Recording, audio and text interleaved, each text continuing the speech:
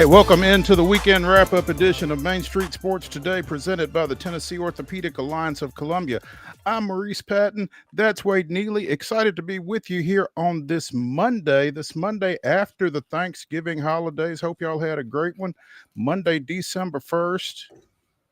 24 shopping days, since they're all shopping days nowadays. 24 shopping days until Christmas. I'm probably going to need all of them. But some athletic directors got their shopping out of the way this weekend, creating lists for other folks. We'll be getting into all of that here over the next couple of hours as we talk local, regional, and national sports. Wade, how was your Thanksgiving, man? Was it nice? Was it relaxing? Did you get food? Thanksgiving was good. Feast week came and went, and haven't tipped the scales. I didn't do that today.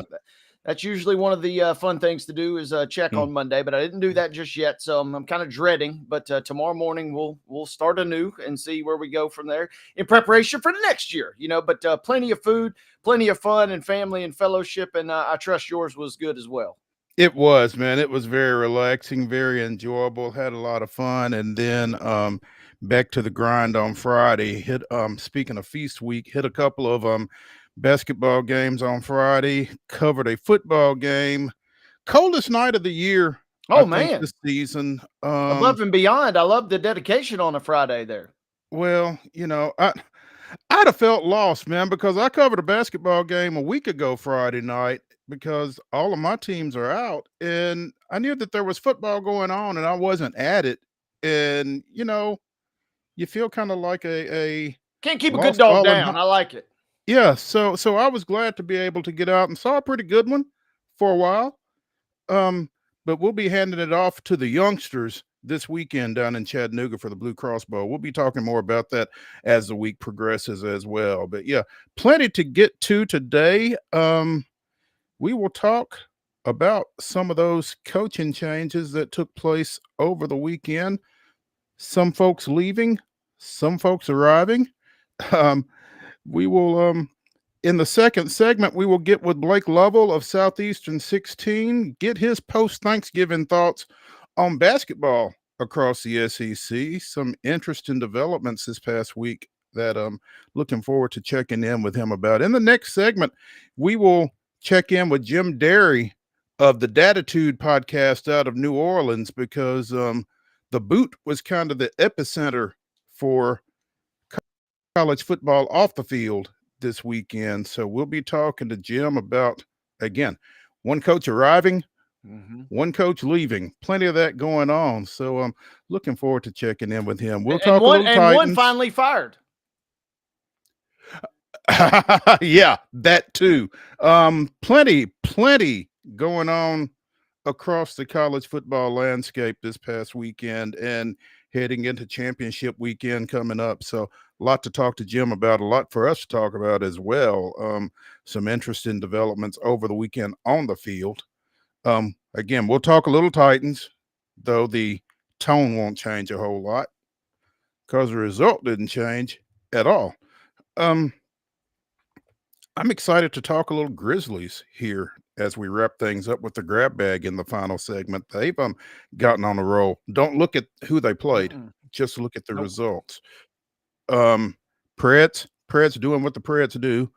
Got some interesting baseball news today. The Sounds 2026 schedule came out. We will dig into that just a little bit. And NASCAR and Michael Jordan is the way this is being played up. But 2311 and Front Row Sports and NASCAR are in a Charlotte courtroom pretty much as we speak right now, talking about some stuff. We will delve a little bit into that as we wrap things up this afternoon as well. So plenty to get into here over this next couple of hours.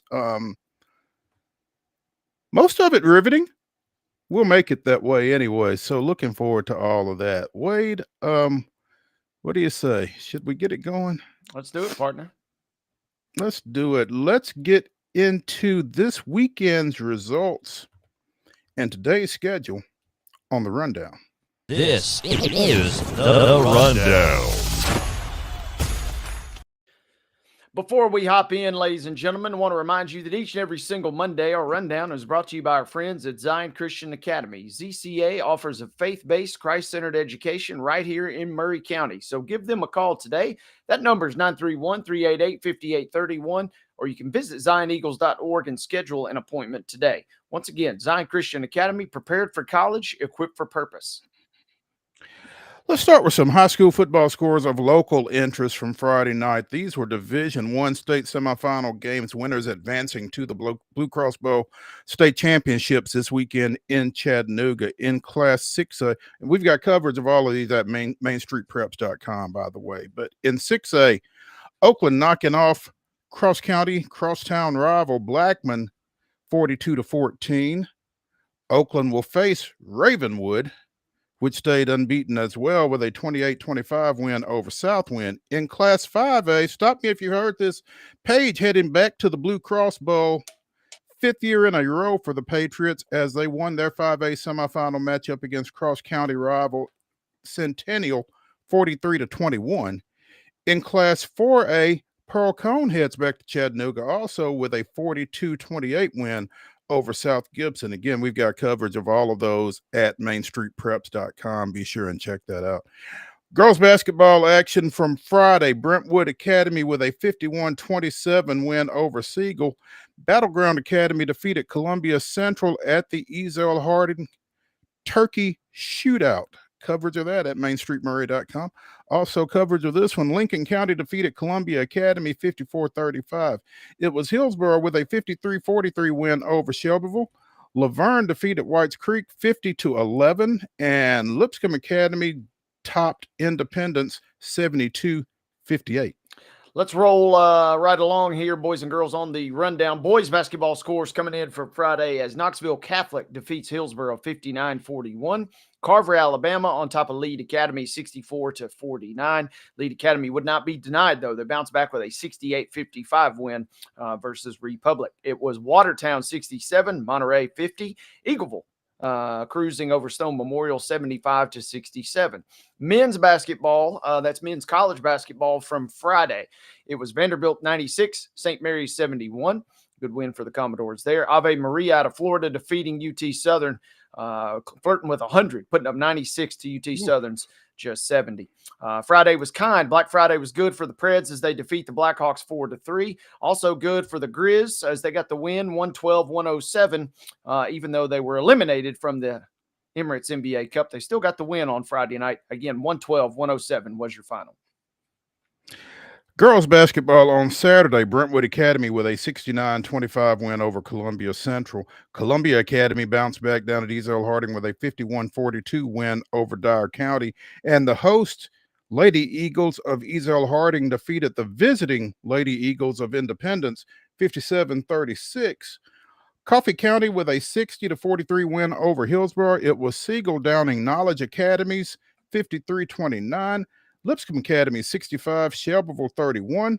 Laverne with a 71-41 win over Mace out of Memphis. Pearl Cone defeated Smith County 62-40, and it was Rockvale 56, Whites Creek 15. In boys basketball action on Saturday, Eagleville defeated Jackson County 38. 38. Lead Academy 58, Knowledge Academies 53, Liberty Creek with a 52-51 win over Cumberland County. Lipscomb Academy 57, Paul Bryant High School out of Alabama, I bet that's in Tuscaloosa, 40. And it was Watertown defeating Red Bull and Springs 64-29. Got some college hoops to update you on from Saturday as TSU defeated Tennessee Wesleyan 98-77. Lipscomb cruising over Southeast Missouri State. That score was 88-77. Columbia International defeating UT Southern 85-76. Women's scores from Saturday. It was Vanderbilt 84, BYU 71. William and Mary with a 64-53 victory versus TSU. Austin Peay 66, Kansas City 46. Rolling into college football now from Saturday. Mo, stop the presses. MTSU closing on a little bit of a heater with a 31-24 victory over New Mexico State on in overtime. Overtime needed, but got the dub as a nice win and a little happy flight home. Yeah, a little sign of positivity as we roll in on Saturday. Vanderbilt defeating Tennessee 45-24 on Saturday. Woof for the Vols, good for the Commodores. Speaking of woofs, Tennessee Tech falls to North Dakota in their FCS opening round playoff matchup at home 31-6. The Jets, not my beloved New York Jets, but the Winnipeg variety, they come into Bridgestone Arena and defeat the Preds Saturday night. 5-2 was that final. Sunday, women's basketball action. The Tennessee Lady Vols go out to the West Coast and take it on the chin. UCLA 99, Tennessee 77. Men's basketball action. Tennessee State goes, well, they used to call it the Roundhouse. Now it's just McKenzie Arena. I like the Roundhouse a lot better, but the Tigers went in there, picked up a 70-64 win over Chattanooga. Belmont continues to roll, defeating Charleston 98-73. NFL action. It was the Jaguars of Jacksonville 25, the Titans of Tennessee 3. And in NBA action, Memphis continues to roll 115-107 over Sacramento. Tonight, high school basketball. These are all doubleheaders starting at 6 o'clock with girls action. Mount Pleasant is at Battle Creek. Culleoka goes to Cornersville. Community is at Eagleville. Nashville Christian is hosting Lipscomb Academy. Moore County goes to Santa Fe. Giles County is at Spring Hill. Monterey is at Watertown. And Greenbrier is at Wilson Central. Schedule showing a couple standalone boys basketball games tonight. The first of which is Zion Christian at Lighthouse Christian, and 6:30 is your designated start time there. Martin Luther King will be at Lawson beginning at 7:30. Women's college basketball, Lipscomb will be at Tennessee Tech at 6 p.m. You can see that one on ESPN+. Men's college basketball action, UAB at MTSU tonight in the Borough at 6:30 on ESPN+. NFL, bringing our schedule whole with the Giants and Patriots tonight. 7:15 is your kickoff time, and that one, of course, can be seen on ESPN. Once again, Giants at Patriots on Monday Night Football there. Ladies and gentlemen, that brings us to the end of our schedule. Those were your weekend results, and that concludes our Monday rundown.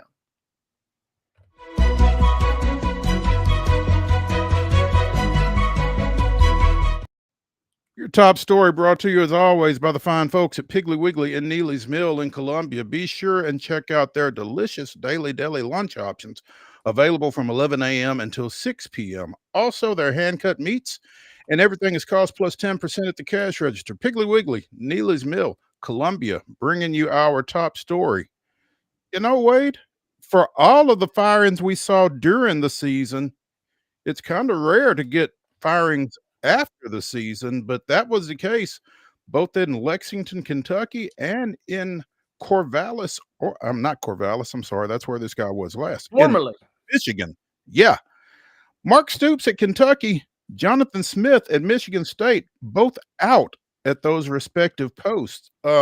Stoops, who had been the dean of Southeastern Conference football coaches, completed his 13th season, will not get a 14th. Will get $38 million, though, buyout money. So, again, what door you want me to go out and when you want me to leave, right? It's going to get paid $25,000 a day for the foreseeable future. That's not a bad gig if you can get it. No, it's not. To not coach. Right. $25K a day to not talk to a player, to not draw up a game plan, to not watch any film. Yeah, you'll take that. Merry Christmas to Mark Stoops. Absolutely. And then when he takes another job, we won't be shocked. But yeah, these guys can't just enjoy it. You paint such a rosy picture. Why can't they just sit at home? I'd love to wake up and just have $25K deposited in my bank account every day.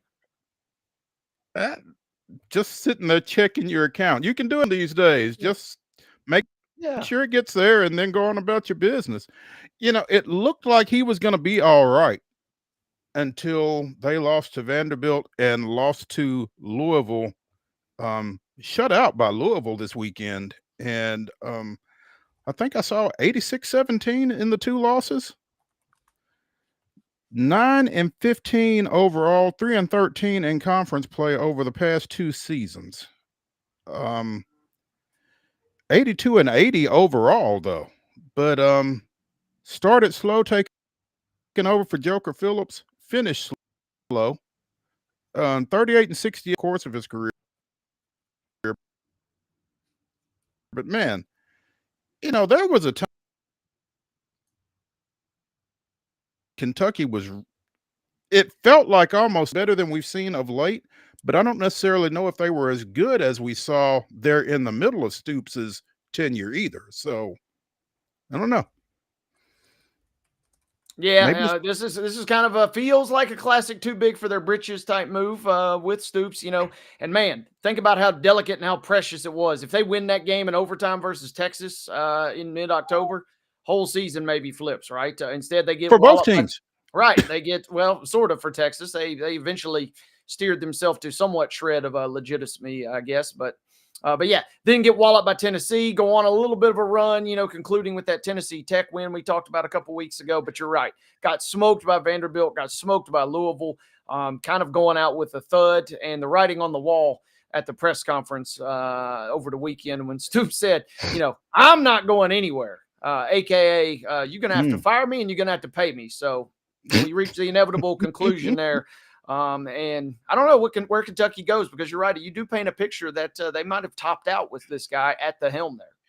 Well, and not only do you not know where they go, but as we've talked about at various points over the course of this season, starting with, UCLA and Virginia Tech months ago, is this a coaching cycle that you want to be looking for a coach in?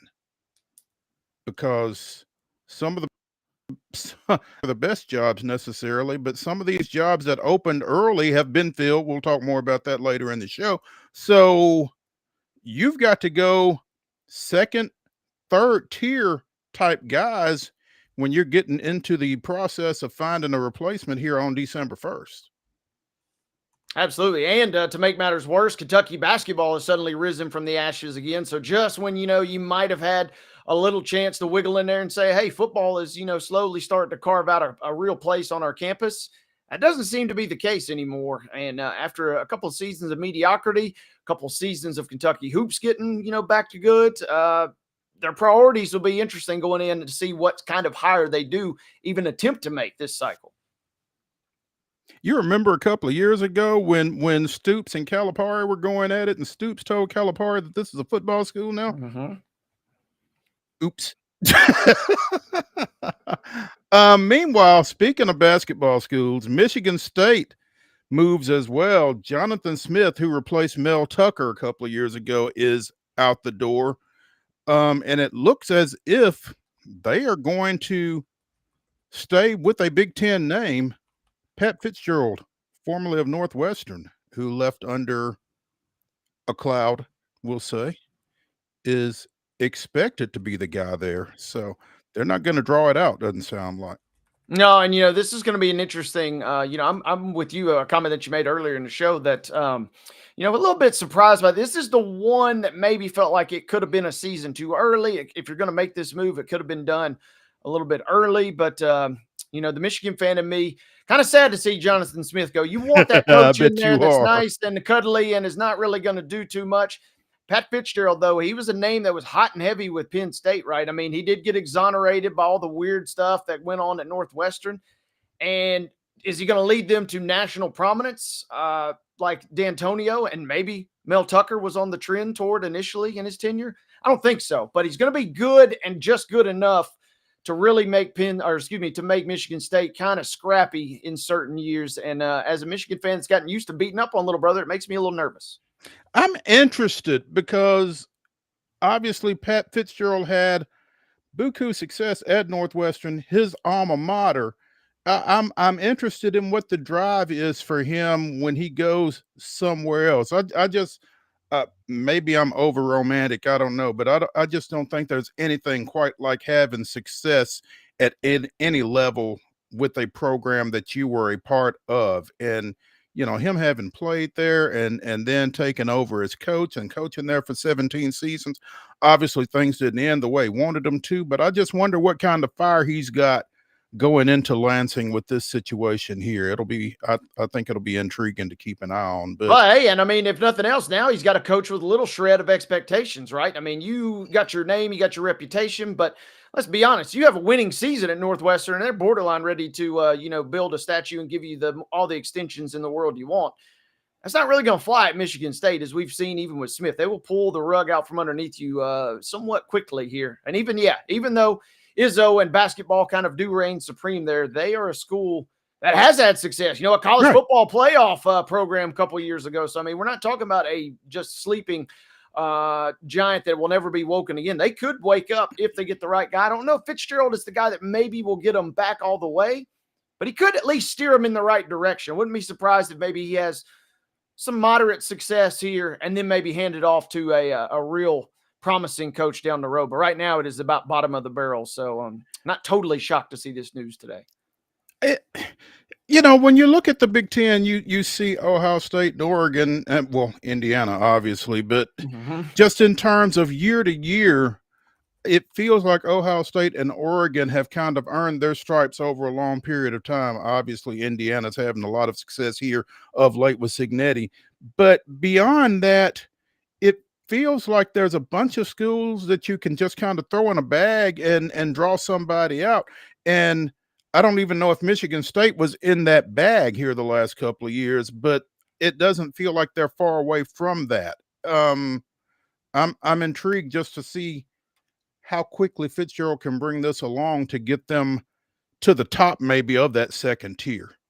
Absolutely. And I mean, this is also a new territory for him in the sense, hey, I got money for the first time. And, it's a different ball game when you actually got some bucks to spend. So this will be a fascinating case study. Fitzgerald kind of coming from those Vanderbilt-like conditions, right, in terms of that high academic standards and, maybe perhaps athletics a little bit lower on the pecking order there at Northwestern to now all of a sudden, man, you're walking around and you're in a palace practically there, and I ain't talking about the one in Auburn Hills. I'm just talking about just on campus there in terms of your money. So going to be fascinated to see how this plays out up there in the Big Ten. Absolutely. Let's take our first break of the day here on the weekend wrap-up edition of Main Street Sports Today, presented by the Tennessee Orthopedic Alliance of Columbia. When we come back, we'll continue the college football talk, the college football coaching talk, with Jim DERRY of the DATTITUDE podcast out of New Orleans. Stick around.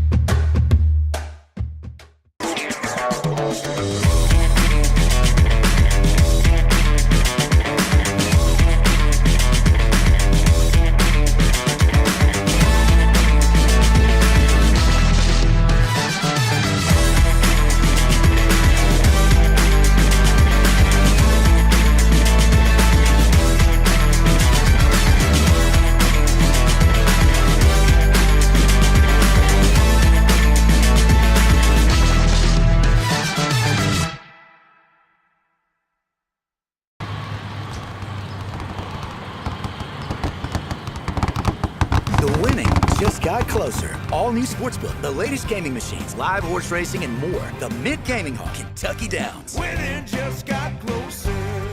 This holiday season, the largest lantern festival in the country returns to Nashville Zoo. Experience more than 1,000 all-new handcrafted lanterns, towering creatures, magical worlds, and a North Pole village. At the center of it all, the Smashville Ice Rink. Welcome back to Zoolumination at Nashville Zoo. Bigger, brighter, and better than ever. Busy bee, yeah, busy bee. If you need... Hold on, y'all, hold on. I need to make a call.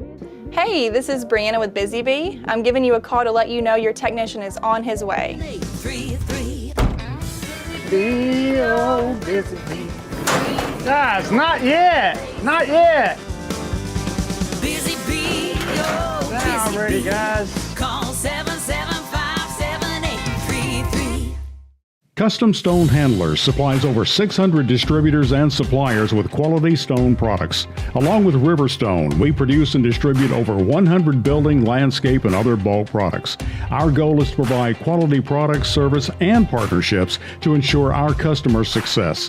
We firmly believe the measure of any person or company is how you treat other people and customers. Give them a call at 931-490-4990 or visit CustomStoneHandlers.com.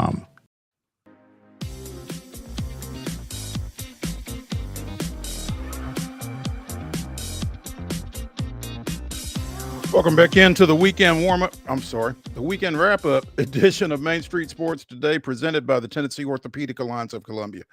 That's Wade Neely. I'm Maurice Patton. Joining us now from Nolens, Jim DERRY of the DATTITUDE podcast. Jim, thanks for joining us. Good afternoon. Gentlemen, what's going on this afternoon? And Wade, that is one bright tree you got going on back there. I want to know where you find red needles. You know, hey, when you're a Michigan fan, not all bets are cash bets, if you catch my drift. So shout out to my good friend Chris Bazin, former colleague at the Tennessee Titans. He's a diehard fan of that other school. So sometimes you got to pay up. I love it. And I guess we'll let it go at that. Good stuff. How long does it have to stay up, Wade? We're negotiating the terms on that, trying to, but I do have lights for it, so I think at least one Christmas cycle. Luckily, this is not the tree for the house. This is just the office tree. So we were able to negotiate down, a little bit. But you need to spread out the branches there a little bit. I'm doing, as you can tell, I'm doing the bare minimum. On this endeavor here. But yeah, it's up, Bezos. You're welcome. I'm glad I asked. Wade, with so it's going to be your background. So, I mean, your guy got a little bonus on this, right? He's getting a little bump on the show, but it is eventually going to move to the window. So, the neighbors can be subjected to the hideousness of it as well. So, it's tough. And, if they had decided to score a touchdown at any point in the first half, maybe, he's got his blue tree, but it's still stashed away in the box for the next, 360 something days, I guess. But, oh, well. That's awesome. Jim. That is fantastic. Interesting weekend this weekend, eh? You could say that. We're trying to figure out when we're going to sleep. It has been a long couple of weeks here around southern Louisiana. And, I'm just glad that the officialness is going to take place in about an hour when Lane Kiffin is announced, goes to the podium to speak as the 34th coach in LSU football history. If his departure was any indication, should be a wild ride in Baton Rouge. I guess the biggest thing coming out of all of this is, one, the way Lane left Ole Miss. And here's the thing. I kind of saw the situation at UT. I didn't necessarily have a problem with him leaving UT. I was not a Lane Kiffin detractor. But the fact that he actually expected to coach Ole Miss in any postseason activity, how? Who else thinks that's going to go that way? Narcissism runs deep throughout coaches in college sports. I don't think I think we've all been exposed to them plenty enough to know that. But I think Lane Kiffin brings a new level of that. I don't. All I can go by is the reports from people that I respect and trust. And if those reports are true, that he was basically placing demands on his assistant coaches and basically stomping his way out of Oxford as he didn't get what he wants while getting everything he wants. At the same time, it's going to be an interesting ride in Baton Rouge. And look, I am one of the few, I went to LSU. I was a member of the Golden Band of Tigerland. So I bleed purple and gold and have my entire life. But I know I'm in the minority of LSU people that say they're not thrilled about this move. But, I'm not thrilled about it. Look, I don't understand what his coaching record has said. Obviously the last 3 years he's been fantastic. He's 32-6 over the past 3 years at Ole Miss. I get that. That's great. But it's not just what have you done for me lately in the overall scheme of things. I just think LSU would have been better served to go elsewhere. They're just coming off of a similar kind of dude in Brian Kelly. Don't compare Brian Kelly to Lane Kiffin. That you can't do that down here. But you know, to me, that's where LSU is right now, and he has very similar characteristics in his coaching record. And I'm just not 100% sure why he's going to be that much different than the guy that they already had. Jim, the immediate thing that jumped out to me with this, and you kind of somewhat alluded to it there, you know, when we hear Lane, I mean, it seemed like a three-way standoff, right, between Ole Miss, Florida, and LSU. And just stylistically, I mean, this guy's, you know, the virtual heir apparent, you know, he's the ghost of Steve Spurrier. It felt like stylistically Florida was the matchup the whole time. But, man, is there not something to be said for LSU just wanting a coach that rolls up its sleeves, kind of Coach O style, and wanting to run the football? And it just feels like, yeah, he's the hot coach right now, but stylistically, it just doesn't feel – I'm kind of inclined to agree with you. It doesn't feel like a great fit immediately to me. Well, we'll say this, and I said this on my show this morning, that I got to hand it to new AD Verge Osbury because, you know, Scott Woodward went out the door. Verge Osbury was handed with an almost impossible task, and they go through the whole Brian Kelly situation, and Verge Osbury comes in, and obvious their man from day one. The day that Verge Osbury says, yes, I'll be the AD, just days after our incredibly interesting governor put his foot in his mouth and decided he was going to get involved. And then an athletic director comes in and says, okay, I'm tasked to get with the most sought-after coach in college football right now. And he went out and got him in just a matter of a couple of weeks. And, you know, Wade, you talk about Florida being interested. He was going to Florida from everything we can hear and tell. It was pretty much a done deal. And then LSU steps in and plucks him from the Gators' grasp and takes him from one of their most heated rivals in Ole Miss. So it's been a whirlwind, but I got to give credit again, just because he wasn't my choice, the fact that he was LSU's choice and Verge Osbury was able to go out there and get LSU's choice, I think says a lot. And he did an excellent job doing that. And also a tip of the hat to interim coach Frank Wilson as well, who really kind of kept this team together over the past few years. Look, I'm biased about Frank Wilson because he's a New Orleanian like I am, and I've always been a fan. But, you know, what LSU has been able to do and just keep their head above water until they got their man says a lot for them, even though, again, he's not my choice. He was their choice, and they got who they wanted. Jim, at what point, you know, did you, on a personal level, you know, walk me through your emotion and kind of at what point did you think, okay, we're for sure going to get this guy, or kind of walk me through, you know, your percentage meter, I guess, if you will, on this whole process from the firing all the way up until now, the hiring? Well, I think once it was clear that that's who they wanted, I didn't believe it at first, or I don't know if I didn't believe it or didn't want to believe it. I would say that probably somewhere around last Monday or Tuesday, when the people that, there are people that I respect most. I've been a sports writer for 35 years, literally just got out of the sports writing game very recently. So, and turned all my attention to the broadcast media world here and doing the podcast world. So the people that I respect and trust basically have been telling me for a little over a week that it's Lane Kiffin who they have their eyes set on. And as of about Tuesday, they were saying it was basically a done deal. They had to dot I's and cross T's, but Lane Kiffin is so quirky. I didn't know 100% probably until Friday. I think we were pretty close to 100% on Friday, but from Tuesday to Friday, it became more clear every day that it was going to happen. It was just how it was going to happen.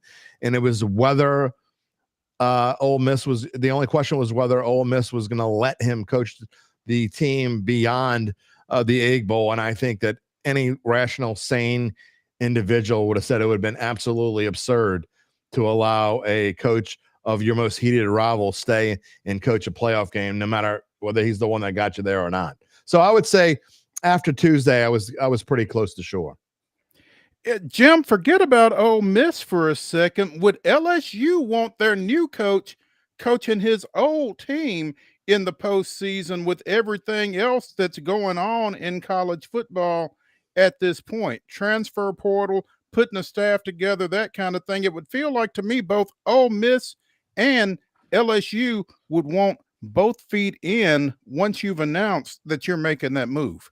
In the short way to say it, Mo, is absolutely not. I mean, there's no way LSU would let any coach of theirs who was going to go. If a coach was leaving LSU to go to Alabama, which may happen with Lane Kiffin one day, who knows? But if that were the case, then absolutely not. You're not going to let him stick around and recruit for another school while he's still coaching yours. You can't do it. It's interesting. This morning on the show, we had some viewers who obviously are in love with Lane Kiffin saying, well, they should have just let him coach. They're letting John Summerall coach at Tulane, even though he's going to Florida. And my response to that is you're comparing apples to pomegranates. They're just not even kind of the same thing. John Summerall is leaving Tulane for Florida. They're not even kind of competing for the same players. The Tulane people are ecstatic and thrilled and love John Summerall as he's walking out the door. The Ole Miss people, well, we saw what kind of symbolic gestures they were don't giving love as Lane as he's walking out the door. Yeah. Hey, they were bringing babies to the send-off to boo him. I mean, when you got babies out there on a Sunday afternoon of Thanksgiving weekend, that's a different kind of breed. I didn't even know babies could do that with their hands. Yeah, yeah. It's crazy. It's crazy what was going on. Yeah, they did give him a nice send off. I did see that as the private jets left Oxford, Mississippi yesterday. It was quite interesting. So anyway, if all you're doing is looking at the number of people, yes, it was a nice send off. Jim DERRY of the DATTITUDE podcast out of New Orleans joining us here on Main Street Sports today. Jim, as long as you've touched on it, John Summerall to Florida, not a bad consolation prize, doesn't feel like, for Florida. I think Florida got the better end of the deal. Again, I'm in the minority when it comes to people. John Summerall was my number one choice before all of this even started. I knew it was a long shot from the get-go because it's not in LSU's MO, I guess, to go low ball, to go young and up and coming. They don't do that sort of thing. You look at who they've hired, and really they haven't done that since they hired Nick Saban from Michigan State. So it's been a long time since they've gone that route. So I didn't expect them to do it here. But our top columnist here in the New Orleans area and really in the state of Louisiana, in my opinion, Jeff Duncan, said multiple weeks ago, he said, if you don't hire John Summerall, LSU, you're going to be facing him, and he's going to give you all he's got very soon, and that's what's going to happen. So when LSU plays Florida now, Florida's not on the recurring schedule of LSU, so we won't have to play Florida every year any longer. But look, I think that's a great hire. I have watched what he's done. It was a fantastic move for Tulane to get it. They knew they were getting a short-term rental when they took him on from Troy, assuming that he was going to do what he did. And look, Tulane's one win away from making the college football playoff. They beat North Texas at home on Friday night. They are going to the college football playoff. And I think that for John Summerall to even take what Willie Fritz had done and take it a step further is fantastic for them. And look, the Green Wave are now in a spot to where you're looking at non-Power 4, Power 5 schools, however you want to call it. They are in one of the best situations in football, and they are clearly a destination. Or the LSUs and the Floridas and the Auburns and whatever of the world that they don't get the first choice of players. Those players are looking at Tulane now, and I think that's what Tulane wants. And I think what he did over there has been fantastic, and I think Florida's getting a good one. Jim, I've been a big fan of Summerall, but I was a big fan of Billy Napier as well. Yeah. So sell me on hiring a coach from a small school in Louisiana to Florida 2.0 and why this one might be different. Because I was a fan of, like I said, Napier, but it just obviously didn't work out. Huge difference between Ooh La La, as we like to call him, the little baby brother of. They don't like that. No, I know. That's why I say it. They don't like it at all. The University of Louisiana at Lafayette. They are nowhere near in the ballpark. And I'm not trying to tick anybody off, but they're just not in the same ballpark as Tulane. And so to compare, and I thought it was a good hire for Florida. I'm not saying I didn't think it was a great hire for them at the time. At the time, I said it's a good hire, but I think the difference between Napier and Summerall are the recruiting talent that Summerall was even able to get to go to Tulane. They're very different in-game coaches. Billy Napier could coach off the back of an analytics card, I think, while John Summerall, I think, is much more intuitive and has done a much better job in game if you look at how games have gone. So I am a fan of Summerall's. Again, not to say that I wasn't a fan of Billy Napier, and who knows, maybe he'll end up being a candidate at Tulane. Who knows? His name has not come up. We'll see what happens, but I think that John Summerall in Tulane is a lot different than Billy Napier in Louisiana Lafayette. Jim DERRY of the DATTITUDE podcast out of New Orleans joining us here on Main Street Sports today, presented by the Tennessee Orthopedic Alliance of Columbia. Jim, I know you've got some other obligations that kind of necessitate us letting you go. We could do this forever, but I appreciate you taking some time with us, and hope to catch up with you maybe once the smoke has cleared a little bit, and see how things are settling in down there. I think we have a mutual friend in Kevin Spain, and I think we've been talking about the Saints and Titans are hooking up in a few weeks, and I know the entire world is waiting for that matchup. So maybe we can talk again Saints Titans week. It's not the Super Bowl, but it's a different kind of bowl. In late December. Yeah, the Tankathon Bowl. It is a bowl for sure. And you know, Jim, if you're willing to admit you know Kevin Spain on these airwaves, and I guess I will as well. So we appreciate it, man. We'll catch up anytime, guys. Talk to you soon. Thank you, sir. Thank you. Let's take a break here as we continue the weekend wrap-up edition of Main Street Sports Today, presented by TOA of Columbia. We'll come back and we will talk some more college football because there's plenty of it to talk about. Stick around.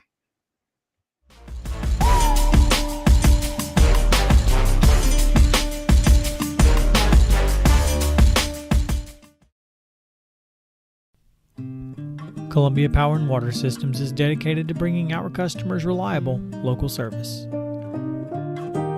Whether you're turning on a light switch, your faucet, or streaming on TV, our dedicated team members from here in Murray County work every day to keep you on. If you need us, call us 931-388-4833 or visit cpws.com. CPWS, local service, local support.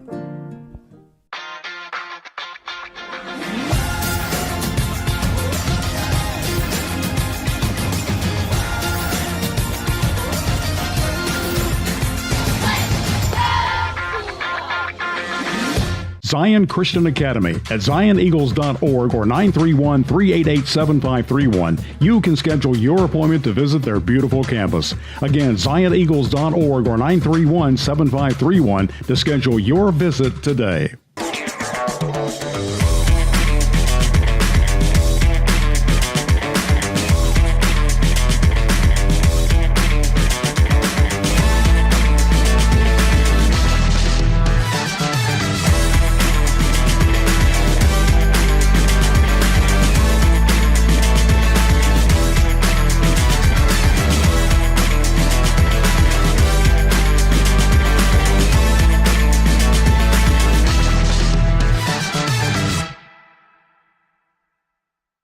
Nashville's Nutcracker, presented by Nashville Ballet, returns to TPAC November 29th through December 28th. This holiday season, audiences will journey with Clara and the Nutcracker Prince through Nashville's history and the land of sweets. Tickets on sale at NashvilleBallet.com.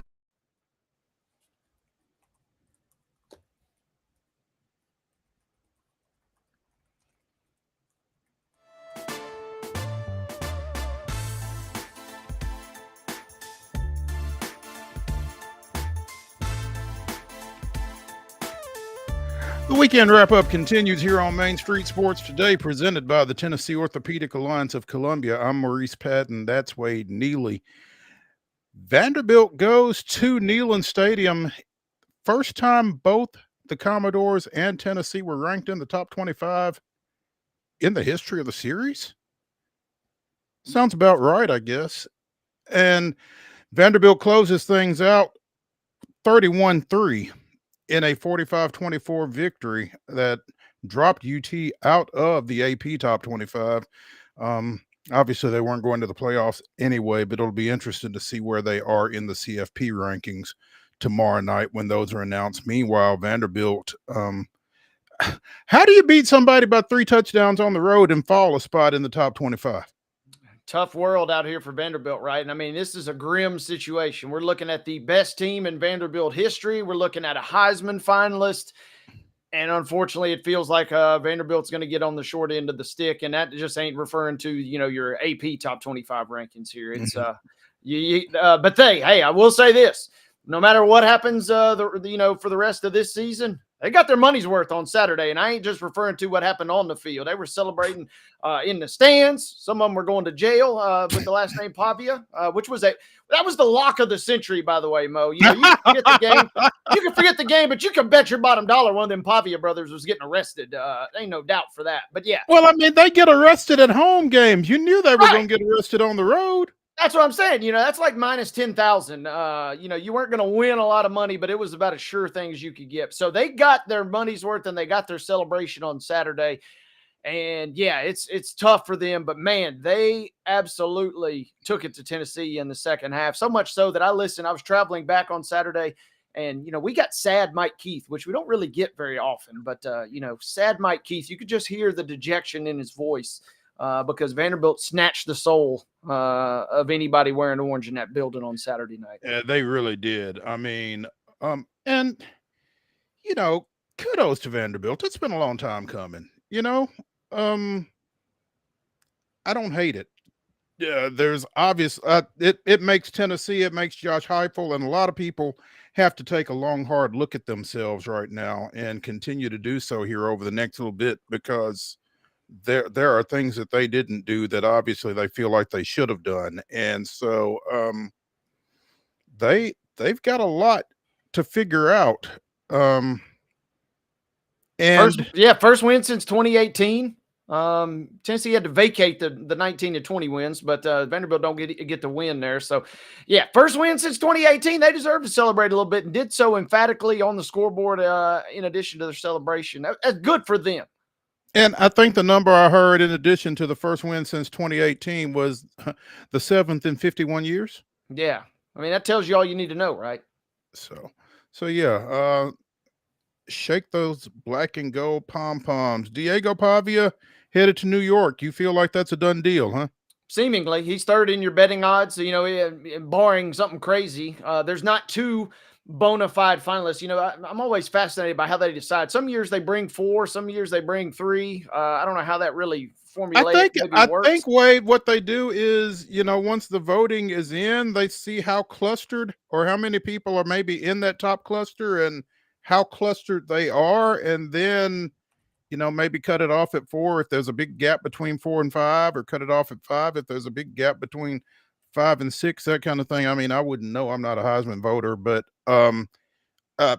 it's tough to think doing what he's done in the conference that he's done it in, for the team that he's done it for. It'd be tough to think that he's not going. I think that I think the last Vanderbilt player to get a Heisman vote was in 1937, and it was a lineman. Right. I mean, and everything you just said is 100% true. He will be there, and he will be bedazzled, to say the least. It'll be pretty epic. As to whether or not he can win the award, we could get into that later, but he is going to be there. He even has jumped Jeremiah Love in terms of your odds there. So, I mean, he's going to be there, and it's a cool win for Vanderbilt. You can't really, probably not going to win the trophy. I'd be kind of shocked if he did, but you can't buy that kind of attention for a program that is literally scrapping and clawing for every shred of attention that it can get. And now all of a sudden they've kind of got it in spades right now. He's going to be there.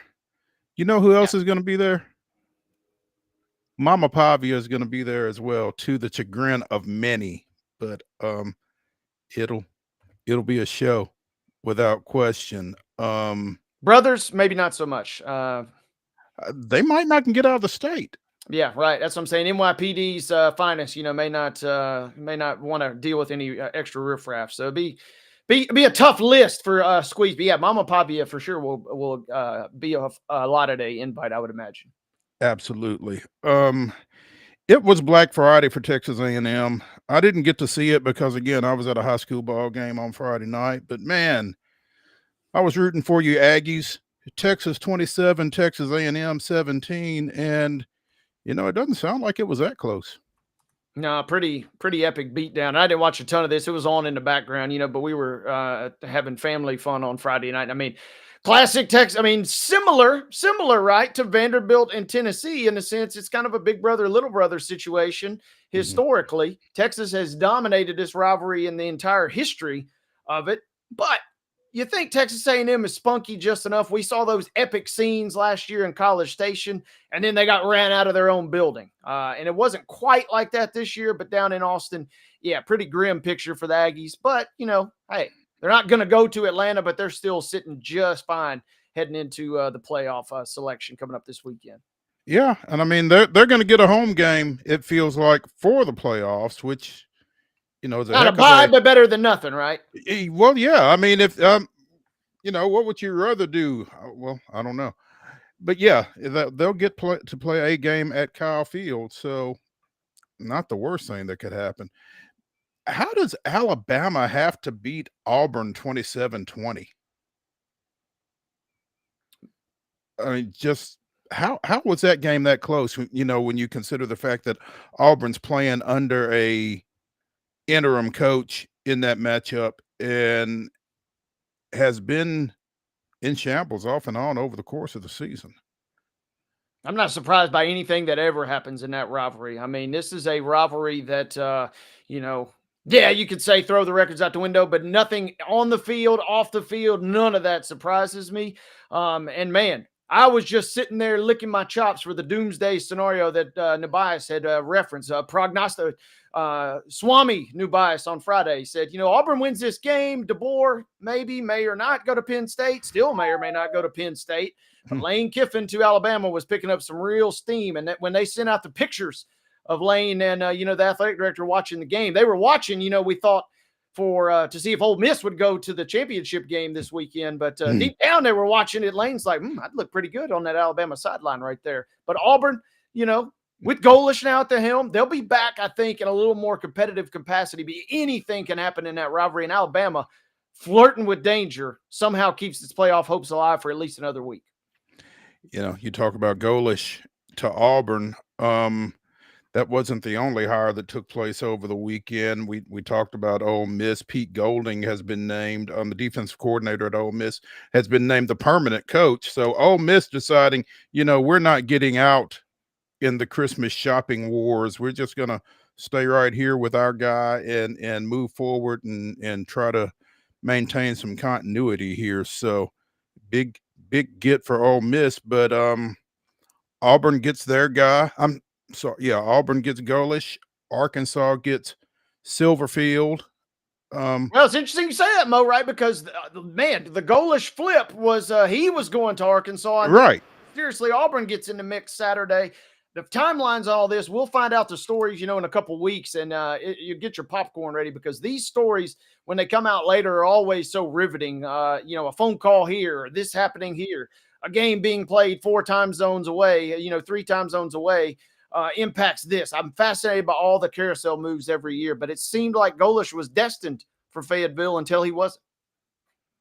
Yeah, I wonder if the numbers weren't adding up for Golish and he pulled back or what did exactly happen with that. But yeah, it sounded really hot and heavy like it was going to be Golish to Fayetteville until it wasn't. And I had thought all along that it was going to be Silverfield. They've been talking about that for weeks. I don't know if it was the way Memphis finished up that made Arkansas kind of back off of that temporarily or jump in on Golish or how that worked. But Golish to Auburn, Silverfield to Arkansas, and, both South Florida and Memphis suddenly looking, and it'll be interesting to see what they do. Yeah, and South Florida and Memphis to an extent too, they've really kind of positioned themselves kind of like Jim just told us, right? With Tulane, you're maybe not going to go out and get the absolute best coach in any given coaching cycle, but that's kind of a pseudo nice destination right now. And I don't know about the South Florida folks. I'll be curious to see who they end up hiring, but I don't know where their fan base sits right now. But the Memphis fan base, kind of sayonara seemed to be the overwhelming sentiment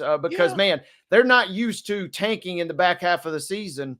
And to your point, right, I mean, maybe this was a done deal all along with Silverfield, despite the Golish smoke, because they really kind of fell off a cliff down the stretch. And that's something we're not accustomed to seeing out of the squad. Well, the there in quarterback got 901. hurt though too. Quarterback kind of hurt, and you're right, and they're obviously replacing a legend, a 28-year senior from last year, but they really are not happy with the way things went down. And, Memphis fans are not usually happy to begin with. So they were, not exactly, wasn't Lane Kiffin levels, but they were happy to maybe see Silverfield go. And I'll be fascinated to see who they bring in. If you are, say, UCLA or some of these other folks that went early with their coaching moves and they still haven't filled them out. Obviously, Virginia Tech has filled theirs. I guess Oklahoma State has hired. They got the North Texas guy. Who of the midseason firings is still open other than UCLA? I'm going off the top of my head right now. Is that it? That's the biggest one in terms of brand name. Yeah. Well, Penn State. Yeah. They've still not done anything, I don't guess. And, I was, kind of conversing with Nubas, I guess, last week. I don't know if Terry Smith is actually going to have a shot at being the permanent guy there or what. It feels like Penn State will want to go bigger than that, even though that guy's an alumnus and the job that he has done kind of steering that thing. I'm intrigued as to what direction they go in. And even with the win, we're right back to the same situation Saturday. It's going to be real interesting to see what happens with that Alabama game, because if you want to look between the lines, read between the lines on the quotes from DeBoer, they don't really sound like a guy that is very excited or very happy about where he's at. I'll be curious to see if Penn State, whether Bama wins or Bama loses, it sure feels like, whether it's his choosing or their choosing, it almost feels like he is maybe their top candidate right now. And then after that, talk about a potential disaster in terms of, letting Franklin go and then not ending up with anybody real major clout, we'll call it. Goodness. And if it is DeBoer to Penn State, can you imagine Alabama at this point? Does somebody who just got a job jump out? Yeah, there's a guy in LSU that would do it in a heartbeat. And so that's the thing, right? And that's the thing. And, the Ole Miss fans are all upset, but you signed up for the craziness when you hired Lane Kiffin years ago. So you can't be too upset that the craziness finally happened when you signed up for it. That's just. But you thought you got the. What is it? You thought you got the new Lane Kiffin. You thought you got the guy who had mended his ways and that kind of thing. And as we saw over this weekend, he hadn't mended anything. No. A tiger doesn't change his stripes, right? Right. I guess that's what they're saying in LSU. Yeah, and if a relapse to the old lane occurred basically, and so you can't complain that you signed up for the craziness, which is why the craziness showed up. Which is why LSU is kind of a unique fit and a fun fit, because it will be crazy. But yes, same deal with LSU. Just because you're LSU, you're either going to fire this guy or he will leave for Alabama or leave for an NFL job within 5 or 6 years, and you can't be upset when that happens, because this is the track record of this guy. You knew I was a snake when you took me in, right? Yeah. Yeah. Last week we were kind of wailing along with folks in Cookeville about Tennessee Tech being seeded 13th in the FCS playoffs. Well, as we mentioned during the rundown, North Dakota 31, Tennessee Tech 6. Great season for the Golden Eagles, but man, obviously the loss to Kentucky a couple of weeks ago, that's a Power 5, Power 4 loss. Bounced back and defeated UT Martin to win the Big South OVC championship. But Saturday was a tough day at Tucker Stadium for the home team. Tough day for them, tough day for OVC Big South in general, right? Because, man, this was a potential real nice champion you had that maybe could go on. You're just thinking maybe this is finally the year we can make a semi-deep run. TSU with a little bit of a flirt of a run last year, but you're hoping for bigger things for Tennessee Tech. And, man, when they're an underdog basically at home when the line closes to North Dakota, didn't know it would get that bad, but woof, that was a tough way to end what was an otherwise sterling season. No doubt. North Dakota coming in as a 2.5-point favorite and covered that and then some. So, yeah, great season, though, for Bobby Wilder and Tech. Congrats to them. Hour number one of the weekend wrap up here on Main Street Sports Today, presented by the Tennessee Orthopedic Alliance, comes to a close. Come back for hour number two. We will shift our attention to professional football and the Tennessee Titans. Stick around.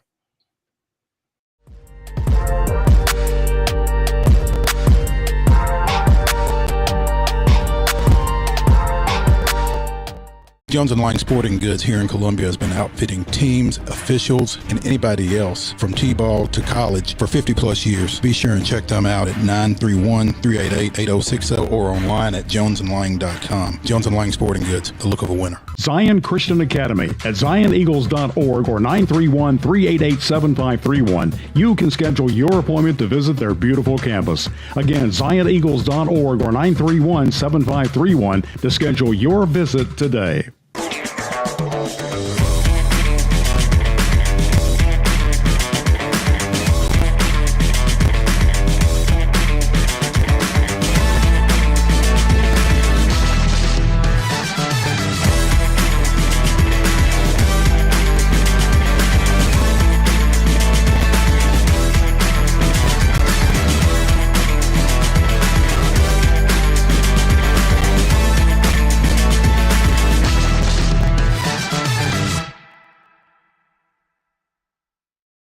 Is your internet slowing you down? It's time for an upgrade. Whether you're at home, working from your home office, or at your business, it's time to unleash the speed you need with speeds up to 1 gig at CPWS for as low as $70 a month. Give us a call, 931-375-7777. Local service, local support, CPWS. Piggly Wiggly, located in Neely's Mill Shopping Center, is Columbia's locally owned and operated Cost Plus 10 grocery store dedicated to serving the community with low prices and smiling faces. Piggly Wiggly offers fresh, hand-cut meats daily as well as daily hot plate lunches from their deli counter. You're certain to see smiling faces and a helping hand when you're here at Piggly Wiggly. Come by and check out our fresh produce, high-quality meats, and more. Down home, down the street, we'll see you at the Pig.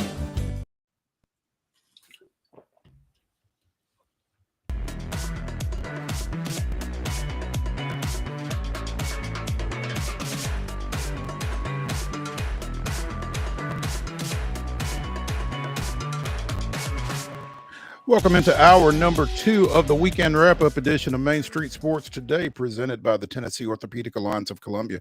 That's Wade Neely. I'm Maurice Patton. In our next segment, we'll be talking some college basketball with Blake Lovell of Southeastern 16. But right now, talk a little professional football. Down at Nissan Stadium, the Tennessee Titans continued their string of opening drives without a touchdown. They did get a field goal, though, to go up 3-0 on Jacksonville to open yesterday's game, and then gave up 25 straight in a 25-3 loss. Titans falling to 1-11 with that loss. I mean, I don't know that we expected anything else, but at what point does Mike McCoy say, what the hell difference does it make? Let's go for it on 4th and 2 or 4th and 3, excuse me. If it had been 4th and 2, he would have gone for it. Yeah, it was a grim sitch for the Titans yesterday because, man, all that little beneath the surface feel good that maybe you thought you'd seen the last 2 weeks versus, a couple, promising defenses kind of goes out the window. And, yeah, to your question about, if and when you just throw caution to the wind, that's not Mike McCoy's bag, unfortunately. It doesn't matter if you're 1-11 or if you're 11-1. This dude is pretty set in his ways. So, Titans fans, pretty tough scene yesterday. Not the greatest effort from a team that, again, in a season full of woes, you thought you'd built up a little confidence and instead laid a stinker versus one of your division rivals. Yeah, not pretty. You got the Browns next with Shadur. They got hammered pretty good by San Francisco, but there's just nothing. I don't know what there is when you look at this team and you look at who they've got to match up with the rest of the way. I don't know what there is that makes you think anything other than 1-16 is where you're going to be when this season ends. Yeah, sure feels like it. They have to string all three phases together and basically play a perfect game. And at this point, probably versus a opponent that's sleepwalking a little bit to probably spring a win. Just kind of the way the situation and the way the team is constructed right now. They need everything to go perfect and to let their guard down. Maybe not the Saints. That game versus the Saints, the penultimate game of the season, the final home game, that will be for your number one draft pick, it feels like. And, depending on how that game shakes out. So not a lot as you do on Madden, as you do on NCAA football, just sim to the rest of the end of the season is what you want to do here. Just get this thing over with. Would that it was that easy. Meanwhile, another AFC South matchup, Houston downs Indianapolis 20-16. Houston a game behind Jacksonville with that win, cutting into Indiana's lead as well. So the AFC South all of a sudden getting a little interesting because Houston kind of pulling Indianapolis back a little bit, but kind of clustered at the top. And man, I've purchased stock in the Texans a couple weeks ago, and I'm glad I did because they are rapidly climbing up your betting odds there. And this feels like a 3-team division, but Mo, to me, it does not feel like a 3-team division. This feels like the winner of Jacksonville and Houston, basically at this point. The Colts are in free fall mode. They go to Jacksonville this week, which could really alter the division race. They got to go to Seattle the following week, which is never going to be an easy trip. And then they close with the 49ers, the Jags, and the Texans. You basically have a round robin between these three teams, but the Colts also got a game versus Seattle mixed in there. It feels like they're going to be in free fall mode, and if they don't win that division, it certainly feels like they may miss the playoffs entirely after starting the year 7-1. And man, how disappointing with that, all the feel good that you had around Danny Dimes and all the Jonathan Taylor MVP talk and all of that, and doesn't take long for that stuff to go away, does it? Yep. Quick turnaround, and the Colts, man, it just feels like they're still not a bad team, but the AFC is just so congested this year. There will be a few other teams that are above average that maybe in previous years would be playoff caliber teams that are also going to be left out. We talked about cluster at the top of the AFC South. You were kind of looking at one. I guess you're still looking at one in the NFC West as well, but Carolina kind of threw a monkey wrench into things with their win over the Rams yesterday, 31-28. Yeah, and just when you thought finally all season long we've been looking for one team to maybe say they're the best in the NFL, and this is the team that everybody's chasing. And I said that on this show last Monday. I said the Rams are that team. I forgot that the Panthers have suddenly got a pulse, and despite a putrid loss to the Saints a couple weeks ago, they have been really going about their business and playing some pretty good football, especially against teams they're not traditionally accustomed to beating. So that will be, an epic showdown, very similar to the AFC South in the sense you got the Rams, Seahawks sitting there at 9-3, and you got San Fran just half game behind at 9-4. I mean, this is going to be a fun little showdown. And the Rams, despite the fact that Devontae Adams is going to catch 200 touchdowns this year, they suddenly look beatable and they look very, very vulnerable because we saw the anti-MVP version of Matt Stafford yesterday. Meanwhile, the Panthers are half game back in the NFC South. Yeah, and Tampa Bay, right? I mean, yeah, they won yesterday, but they have dealt with so many injuries this year and just kind of don't look as unbeatable as they might be at the start of the year. At the start of the year, you're thinking maybe a Super Bowl contender. All of a sudden, to your point, they may not even win their own division. The Fire Tomlin choir has fired back up in Pittsburgh. Buffalo 26, Pittsburgh 7 yesterday. It's about time of the year for that. Set your watch by the Steelers going, one game under or one game over 500, and set your watch on, a coaching change being demanded around this time of the year. I got a couple diehard Steelers fans in my life that started theirs about 2 weeks ago, and I said, "Hey, you're a little ahead of schedule." But man, tough break, right? Because just when you thought the Ravens were finally coming back down to earth after stubbing their toe on Thanksgiving night, the Steelers could not take advantage. Someone's got to win that division, but right now nobody seemingly wants to, except for the Bengals who are too far out. Are they though? It's just, because the Ravens and the Steelers are each 6-6. The Bengals are 4-8. This is just and Burrow's back. This is just like last year, right? This is about the third year in a row that we're going to sit here and talk about the Bengals. Man, if Burrow had been healthy, and man, if no one wants to play the Bengals. This is the exact same record that we spun for the final 4 weeks of the season last year. The hottest team in the league is going to be the Bengals, and they will be the first team probably left out. Too far of a hole to climb, even in a division that seemingly nobody wants to win. But who knows? Yeah, I'm looking at their schedule. They got to go to the Bills. They do get the Ravens. That's the bad part for them. They only got one more division game left, and it's the Ravens one more time. If they had the Steelers mixed in too, could really make some damage. But the Bengals feel like they're too far out at this point. You know, they made a movie Any Given Sunday, and it kind of answers my own question as I asked it about Alabama and Auburn. How does Denver have to go overtime against the Commanders to get a win? But the Broncos improved to 10-2 with a 27-26 win over the injury-plagued Commanders.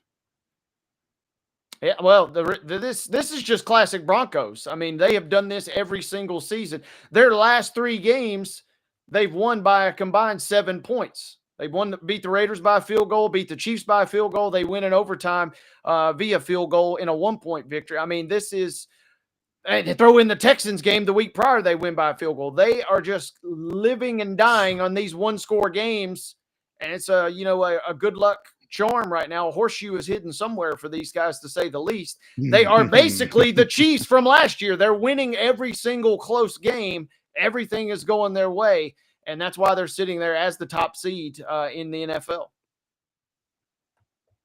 Living right, huh? Good, clean living. 2 games up. There you go. 2 games up on the Chargers, 4 games up on the Chiefs. The Chiefs dropping that Thanksgiving Day contest against Dallas. And they are tied for the best record in the AFC right now, anyway, with the Patriots, who, in all likelihood, by the end of the night, that tie will no longer be in place. The Patriots are hosting the Giants, the 2-10 Giants, tonight on Monday Night Football. Yeah, and tough break for the Patriots, in a sense. They've won 9 in a row. The Broncos have won 9 in a row. Yeah, you presume, like you just said, the Pats are going to win 10 in a row tonight, but then they still got their bye week next week. Normally you think, man, this would be a perfect time for a bye, but these dudes winning 10 in a row. Keep the good times rolling, partner. Let's not slow this thing down. But yes, the Broncos do move up, and yeah, that's their division. It would take a catastrophic collapse for them not to win that division at this point. They are going to be sitting pretty. And with that defense, I don't want any part of going into Mile High and trying to win a playoff football game there. So they are sitting up very nicely for a Super Bowl run, kind of like a lot of the experts told us in the preseason.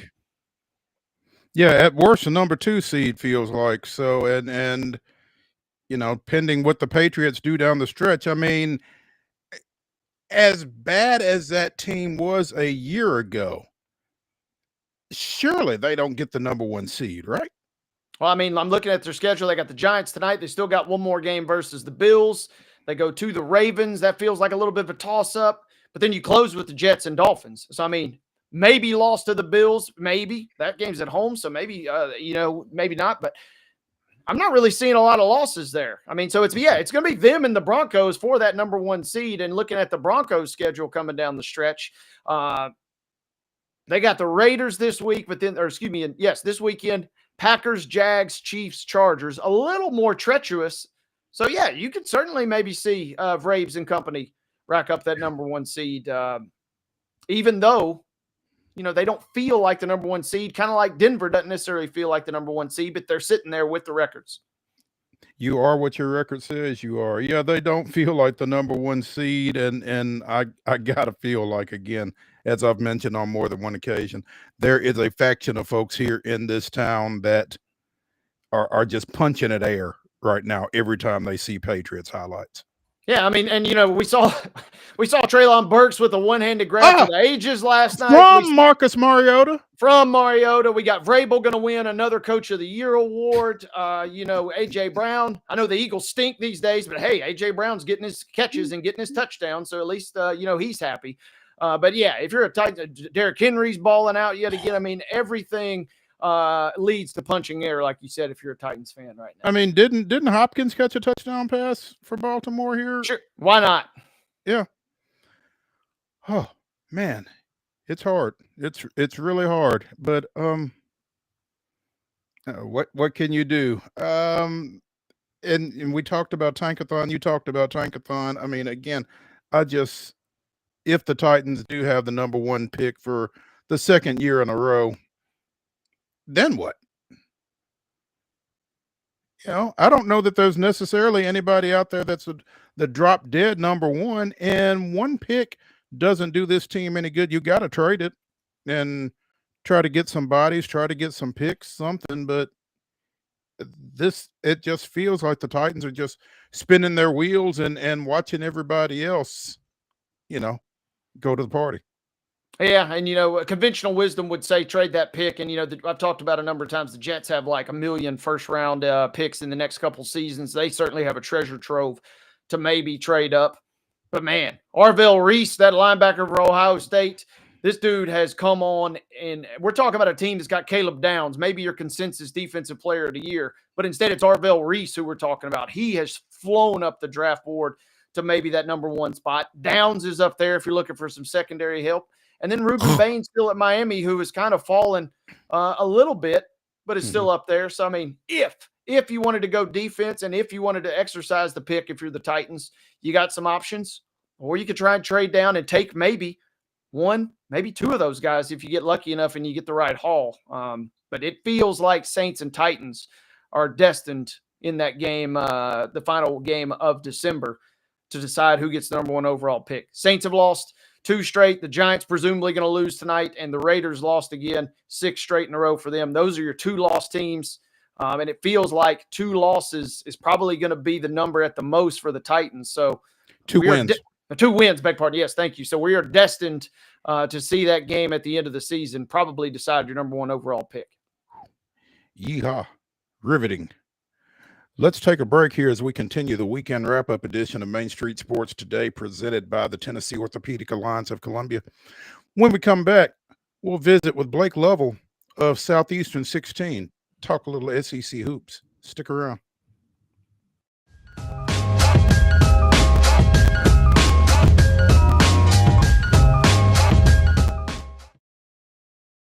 This holiday season, the largest lantern festival in the country returns to Nashville Zoo. Experience more than 1,000 all-new handcrafted lanterns, towering creatures, magical worlds, and a North Pole village.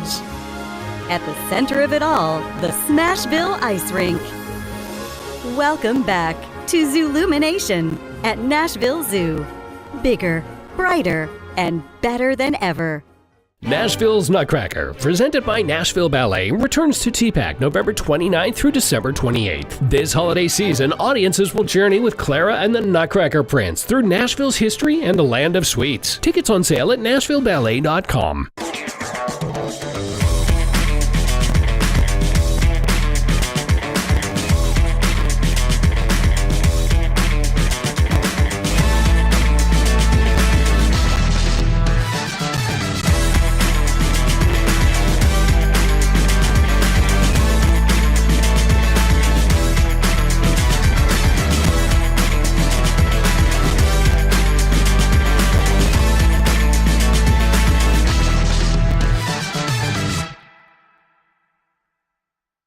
Jones & Lang Sporting Goods here in Columbia has been outfitting teams, officials, and anybody else from T-ball to college for 50 plus years. Be sure and check them out at 931-388-8060 or online at jonesandlang.com. Jones & Lang Sporting Goods, the look of a winner.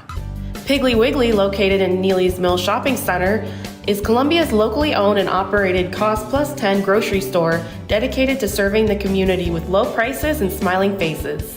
Piggly Wiggly offers fresh, hand-cut meats daily, as well as daily hot plate lunches from their deli counter. You're certain to see smiling faces and a helping hand when you're here at Piggly Wiggly. Come by and check out our fresh produce, high-quality meats, and more. Down home, down the street, we'll see you at the Pig.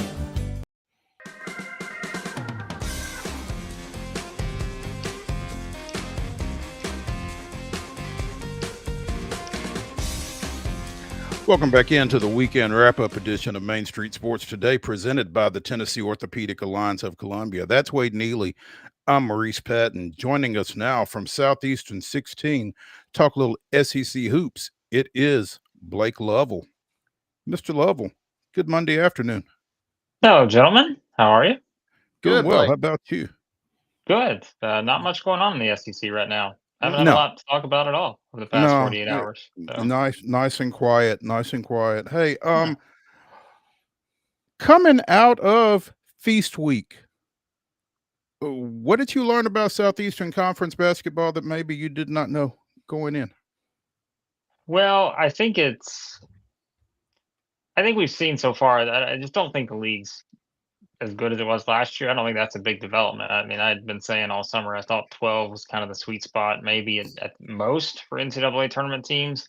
Now, maybe 10, 11, something like that. I think you see that there are some elite teams, but I also think some of the projected elite teams are a very big work in progress. And I think, specifically that to me is Kentucky, Florida, Arkansas.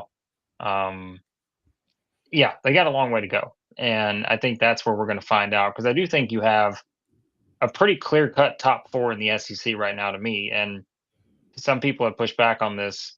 I don't think Florida's one of those four. I think it's Vanderbilt, Tennessee, Alabama, and Auburn in whatever order you want to put them in. I'd probably have a clear top three with Vanderbilt, Tennessee, and Alabama. I think Auburn's a little bit behind them, but maybe not much. I don't know. I think the overall strength of the league is down, but I still think you've got quite a few teams that can make a run in the tournament come March. To expect them to reprise last season, though, wouldn't that have been a big ask? Isn't that a big ask anyway? And that's why, I think at times I was like, hey, am I being too pessimistic here? But I'm like, I don't think it's realistic to expect the SEC to do something historic in back-to-back seasons, because there's a reason why it's historic, is Right. because you just don't see it very often. And I just never kind of saw a scenario where they were going to be able to replicate that. Even though it's a year where every team came into the season saying, hey, we feel like we can make the tournament, because even for LSU and South Carolina, they're the two teams who weren't in last year. And you're thinking, well, hey, why not? Yeah. We put more resources into our roster. That was the whole talk of the offseason, is that Matt McMahon and Lamont Paris were going to get more money, more NIL for their roster. And I think you're seeing it pay off for both of them so far. I mean, LSU's in a better position at 7-0, but I think South Carolina's better. They look improved. They've got a better roster. And so, but at the end of the day, I just don't think we should have ever expected so many experienced teams last year. Auburn, I mean, again, how many times were we making the joke last year about the AARP cards and all that for Auburn's team? And it's like, you don't have that same experience. You got a lot more transfers on a lot of these teams, which I know is the name of the game now, but it was never realistic to expect them just to completely replicate what happened last year. And alongside that, with all the transfers and that kind of thing, you don't know until you actually get those folks on the floor how it's going to go. And once you get into conference play, somebody's got to lose. Yeah. And I mean, it's like the whole team chemistry thing. We used to only reserve that talk for one team every year, and that was Kentucky, because when John Calipari was there, you brought in so many new pieces every year. The freshmen were going to the NBA and all that back in the day. And it's like, well, we're going to have the same question. Are they going to be able to put it all together with a new roster? That wasn't the case for everyone else, but then transfer era hits, and all of a sudden you got, more than 5 new faces on pretty much every single team. And now it's just kind of a matter of, hey, can you really put it all together? And remember, the record last year, 185-23, the SEC was in non-conference play, an absolutely ridiculous number. And I looked the other day, what was it? They had 20 something losses before Thanksgiving. And so it's a completely different expectation this year. But again, I don't want to knock the top teams, because I do think those top teams right now, and I think Florida, Kentucky, Arkansas can all get there. Maybe Missouri too. Their team I'd put in that category. They've still got a path to let's say see 5 or 6 teams in the SEC in the Sweet 16, but it's going to take a little more work than it did last year. Blake, you mentioned Vanderbilt a moment ago, and I'm a big Ken Palm nerd, so I'm sitting here looking, and obviously they're your top team in the rankings at number 10. What about them? Are they exceeding expectations wildly right now? Or are they exceeding what was maybe their potential right now, or are they kind of playing about what maybe this is going to be their norm going forward in your mind? Yeah, so I mean, most of the people that I know watched our stuff this summer know that we don't get many right. But like we nailed this one with Vanderbilt so far. Like we just said, this is the clear team that I don't think is getting enough respect going into the season. When that SEC preseason media poll came out, I don't remember what they were, 12, 13, maybe something like that. We're just like, that is way off. That's not going to happen. And then of course all the advanced analytics sites came out and they're like, wait a second, Vanderbilt's top 15, top 20. We missed something here, but I just think it was pretty clear with their roster. They were going to be one of the best shooting teams in the country. Check. They're going to be the best, teams in terms of taking care of the ball, forcing turnovers. Check. Like that's just what they do under Mark Byington, and we saw some of it last year. Better roster this year, and I'm tired of this myth out here today. I've been getting from people. Look, we had Vanderbilt number 1 in our power rankings in the SEC this morning at Southeastern 16. Now we do a composite ranking. Admittedly, I did not have them at number 1. I had Alabama and Tennessee still ahead of them. And part of that was the fact that I just think they played tougher schedules. And yes, they have losses, but again, you have to value, I think, what you see. And I don't think there's much of a gap. But I've also been hearing people say, well, Vanderbilt's played nobody. Well, as you know, Wade, if you look at Ken Palm, they played 3 teams in the top 60. Now, they've not played a top 10 team, top 20 team, understood. But I can tell you there's some other SEC teams that have some pretty favorable records that have played no one anywhere close to the top 60. And so they have 3 wins and completely dominated St. Mary's, win by 15 against VCU, win by 12 Who's on the St. road. Mary's? Real quick, St. Mary's, who's Yeah. the highest of those 3 teams at 35, right? And has always been a defensive juggernaut. And they scored 96 on them on a neutral court. And so I think if you take all that into account, don't give me the nonsense about how Vanderbilt's not played anybody, because they have played some teams. I understand they've not played Alabama's schedule. They've not played Tennessee's schedule because they weren't in the Players Era tournament. They didn't play some of those games like that. But you shouldn't be taking away anything from this Vanderbilt team, who all the metrics love right now. They were number 4 in the net that came out this morning. You guys know I hate the net, but I guess I'll give it a little bit of a backing here. But I mean, Vanderbilt's number 4 in the country. And it's a lot has to do with you've beaten teams the way you should beaten teams, but you've also beaten teams like St. Mary's in a more impressive way than even the data suggests that you should. So Other kind of end of that spectrum, you mentioned some of those, we'll call them sleeping giants, I guess, in this sense, but Florida, obviously, Kentucky, you mentioned. Which one of those teams needs to either turn it around quickly, or in your mind is let's put the panic button away, I guess, is what I'm really trying to ask. Which of those teams should we be least concerned about? Well, I may have a better answer after tomorrow night, because they are the headliners tomorrow night, as we know. Florida's got to play at Duke. Kentucky's going to host North Carolina. And you want to talk about hitting the panic button. If both teams lose, it's going to be more of a panic for Kentucky losing at home, because we've seen them not look so good on the road at Louisville. And then, of course, the neutral court game against Michigan State, which I just thought was just an embarrassing performance for Kentucky. If you lose at home, now that's where things start to turn a bit. People have already not been very happy with Mark Pope. If they lose at home to North Carolina, it will not get any prettier. And of course, they come to Nashville on Friday to play the Zags. So not a good slate this week for a Kentucky team that has been struggling a little bit. But I think it's probably Kentucky. It's always the answer. If you're talking about who's going to hit the panic button after a couple losses, it's always Kentucky. But I think Florida, if their guard play doesn't get better, they are probably going to hit the panic button, because I don't know that they have a fix, because I don't think they have the depth that Kentucky has in terms of number of options that they have to turn to. And, whether it's Boogie Flan, Xavier Lee, I mean, Lee's struggles have been well documented at this point. He finally had his best game against Providence the other night, but he's really struggled. Flan's been a little bit up and down. His numbers are kind of consistent, but the play, I think, has just been up and down. And again, like we talk about expectations, we should have never expected this group to match what Walter Clayton, Will Richard, Elijah Martin did, right? But I just think Florida's been a little bit lackluster overall. And like I said, I'm more down on them than most people are right now. I think it's just based on what my expectation was for them. If they don't figure out their guard play, and a trip to Duke, is not a great place to go to try to figure some things out. but it is kind of a big prove it game for the defending champs, because if they go in there and let's say Duke wins by 15 or something tomorrow night, 20, I think you're hitting the panic button if you're Florida. Blake Lovell of Southeastern 16 joining us here on Main Street Sports today, presented by the Tennessee Orthopedic Alliance of Columbia. Blake, bigger outcome at the Players Era event, Tennessee's win over Houston or Tennessee's loss to Kansas? That's a great question, because I'll say this. I don't want to take anything away from Tennessee's win against Houston. Houston. They're coached by what I still think may be the best coach in the country in Kelvin Sampson.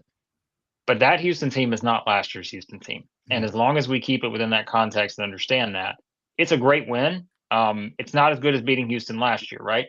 However, there is some equal disappointment of losing to Kansas, because you are coming off a big win like that. You feel like, all right, we finally sort of kind of shown that, okay, we're going to be all right. Like, I know, people go back and forth a little bit, haven't played as well on this side of the floor, consistency, that's what we're looking for, all those things you see in some of those early games where we're just trying to overreact to anything. But when you play against Kansas, you're coming off such a big win. I think it's a little disappointing, but at the same time, guys, like, I don't know what was in the water at the Players Era, but you got teams getting beat by 40, 30. It's just blowouts everywhere. And, so I don't know that I completely just look at this and say we should overreact to it. I think that the Houston win is going to eventually mean more than the Kansas loss, because I think even Kansas without their star player, they went and got 3 wins there. Give them credit.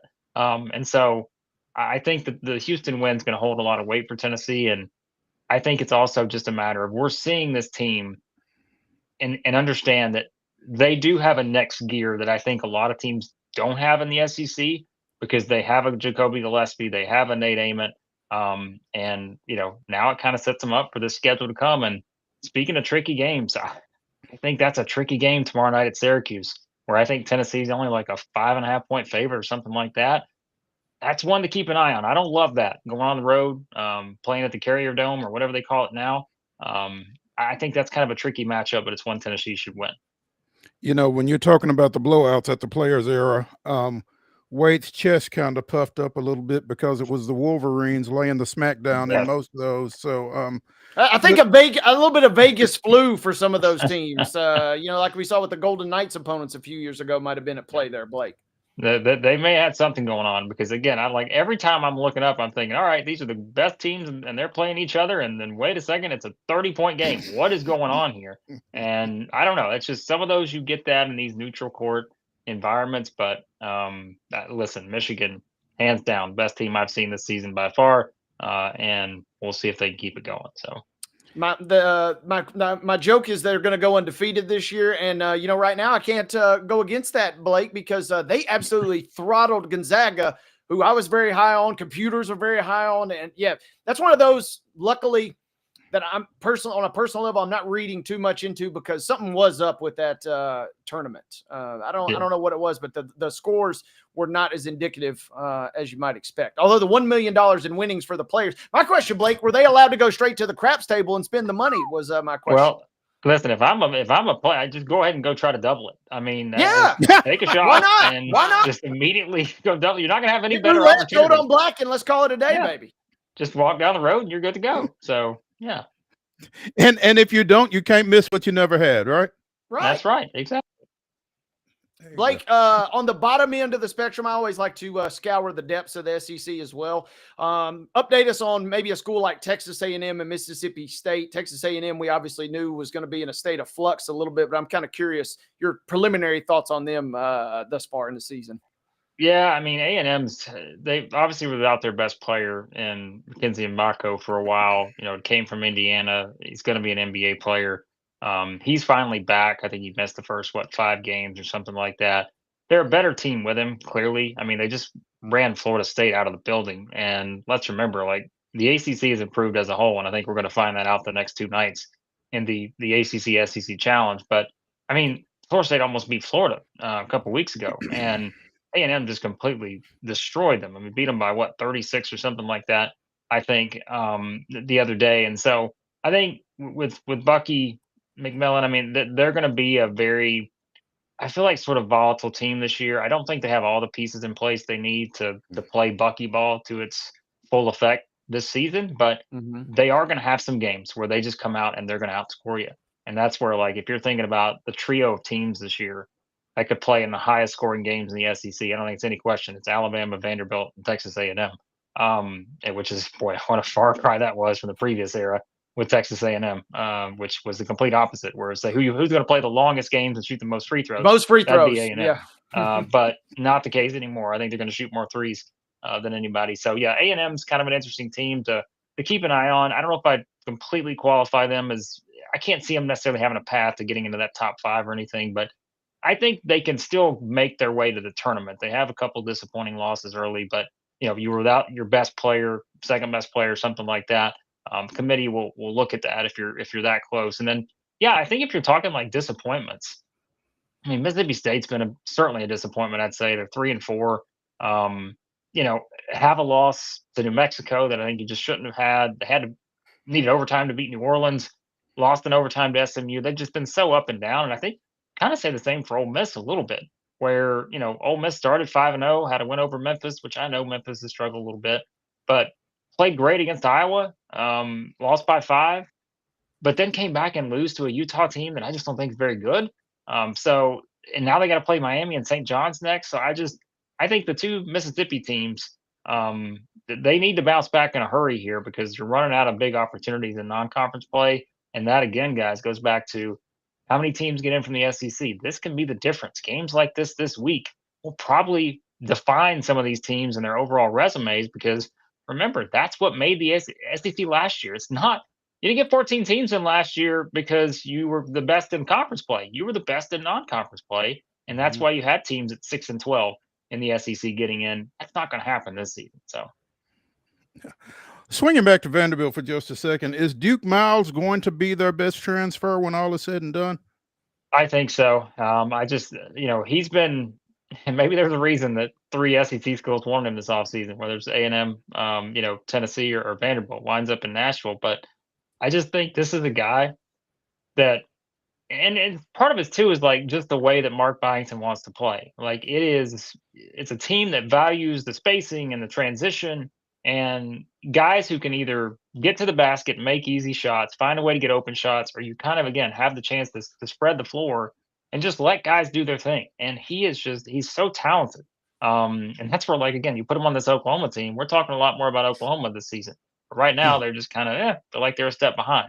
So I think right now, I mean, he's a first-team All-SEC guy at the moment. And there's a lot of good players in the SEC, but look at how impactful he's been. And again, I think he speaks to it's not always having to go out and get the top ranked transfer or anything like that. It's finding the top guy that can fit your system the best. And I think we've already seen with Mark Byington that clearly he is one of the best at that. In the SEC right now, he's only been here 2 years, but I think you see the roster he put together this year.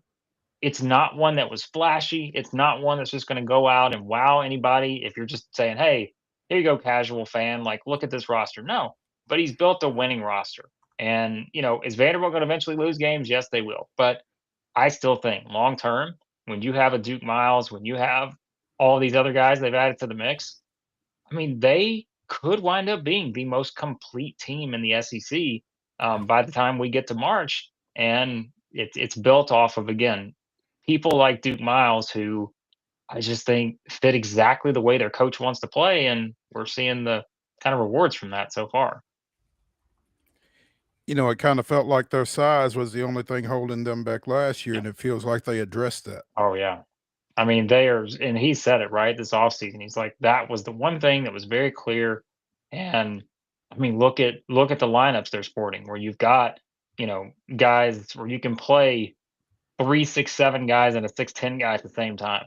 In addition to your point guard who's 6 foot and Tyler Tanner. And so I feel like it's one where they have so many different lineup combinations, and that's why they're having so much success offensively. Of course, skill matters, but they can throw so many lineups at you. And I just don't know how you guard all these different variations that they're throwing at people right now. And that's why they're scoring as many points as they are. And I know the defense will get better eventually. You'll be playing against teams that are longer and more athletic, but man, I still think they're going to have a lot of success because it's the volume that they can shoot from 3, and it's how many guys who can step out and they can play lineups where every guy on the floor can step out and make a three. And honestly, I don't think there's a lot of those teams in the SEC this year that have that luxury. We always talk about kind of this era of basketball where you want your big guys to be able to shoot. And yes, you've seen more people recruit to that. But guys, I don't see a lot of teams in the SEC this year that are going to be able to do that. I see a lot of guys that are maybe going to have to stay in the paint a lot, but on Vanderbilt, that's not the case. You got guys who can step out and make shots everywhere. So, I went back and watched that Tennessee Houston game because I was away from the house when it was on live. But is Nate Ament where they want him to be at this point? And obviously he's not where he's gonna be. But as we sit here the week after Thanksgiving, where is he relative to where they would like for him to be in early December? yeah, so I think if you go back to I remember that exhibition game against Duke because that was the most glaring point I thought we had, which we didn't have anything at that point. But like, it seemed like they were putting him in a position that he didn't thrive in, and I think they were trying. It almost felt like they were trying to make him do more than he needed to. And I think what you've seen, at least in watching them over the past couple weeks, is I feel like they have put it in a position where there's not so much pressure on him to create by himself, and it's more so within the flow of the offense and finding ways offensively to get people the ball in the right spots versus saying, "Hey, here's the ball, go find the right spot yourself." And I think that has helped him a lot, where he doesn't have to create everything by himself because guess what? That's what he's used to, right? Coming out of high school, like he could do anything he wanted because he didn't need anybody else to rely on. But this is a different game, and when you have someone like Jacoby Gillespie, you need the ball in his hands a lot, and you need him to be the guy that sort of makes everything go offensively, even if Nate Ament is the guy who has the highest ceiling in terms of what this looks like come February and March. And so I think they've done a much better job at that. And so, yes, for all the Tennessee fans out there that I know have been frustrated over the years at times with Rick Barnes offensively, I think they've made some nice offensive adjustments so far this season. And I think that's one of the reasons why they had so much success.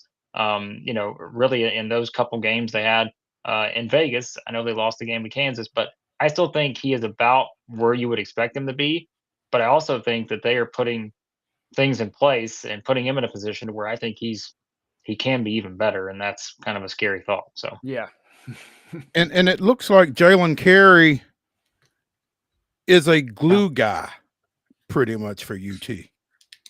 That surprised me because I mean I came in the season, just kind of locking him in as all right. I think this guy's gonna be this and maybe one of the top whatever players on the team.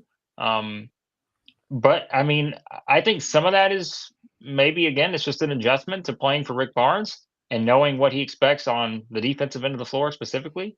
But I think it's also a good thing in that, hey, how many times this summer did we talk about JP Estrella being like a guy that has simply impacted the game as much as he had to this point in the season? And I know he missed a couple with injuries and didn't play as much and all that, but I mean he has just been like someone they can't keep off the floor.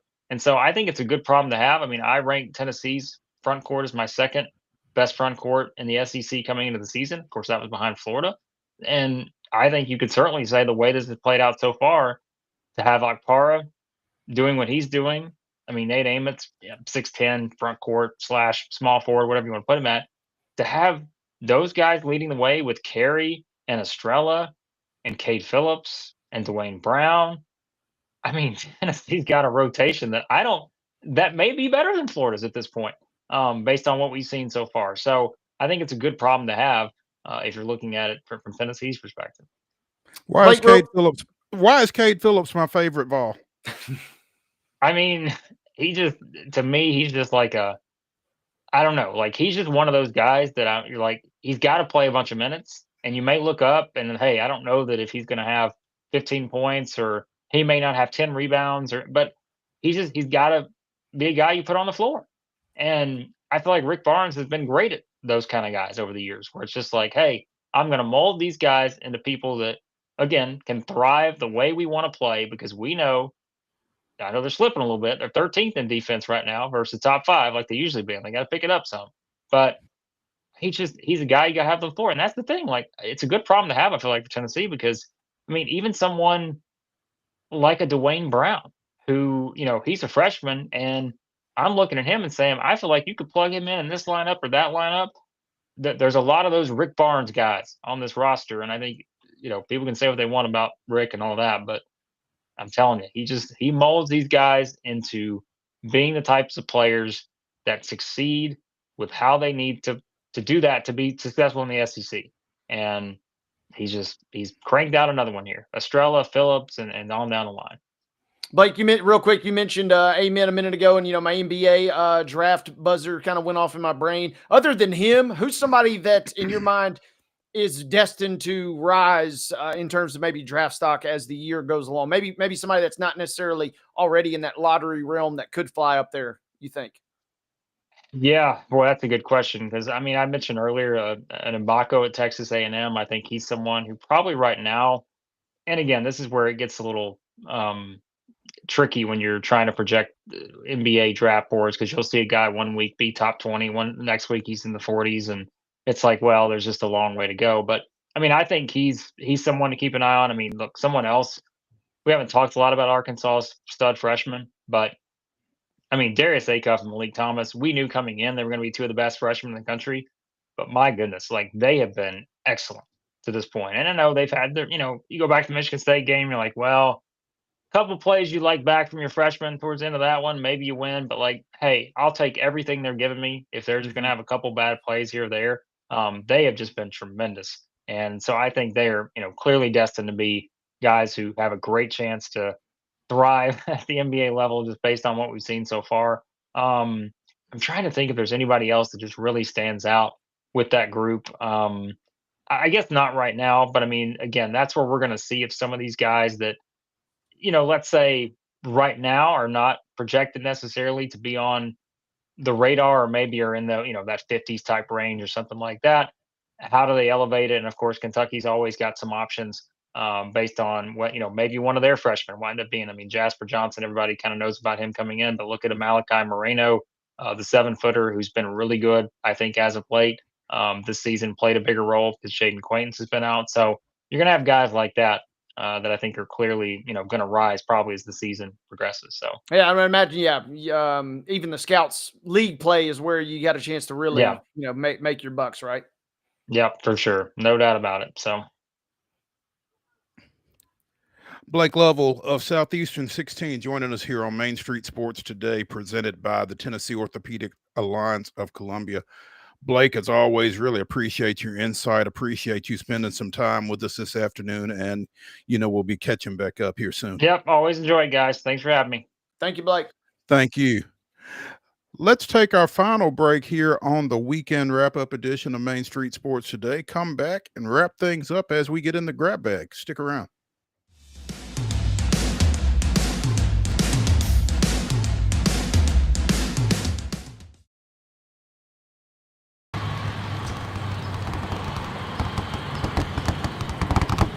The winning just got closer. All new Sportsbook, the latest gaming machines, live horse racing, and more. The Mid Gaming Hall, Kentucky Downs. Winning just got closer.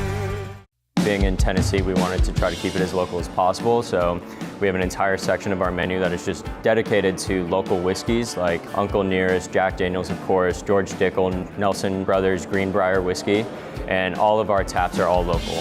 From 2 o'clock until midnight, we've got food every day for you guys. A good handful of appetizers, some entrees, and a couple salads and things like that. My name is Ethan Kanata. Please come down and see us at the Pick Lobby Bar here at the Omni in Nashville. There's a line that links us all. Most of the time, we don't even think about it, but it's everywhere. Illuminating our neighborhoods, empowering our businesses, and helping us to recharge. Whether it comes from our grids, the sun, or a kind heart, we believe in the power of good energy. And as your family and region continue to grow, you can trust that we'll always be there for you. Middle Tennessee Electric, bringing good energy.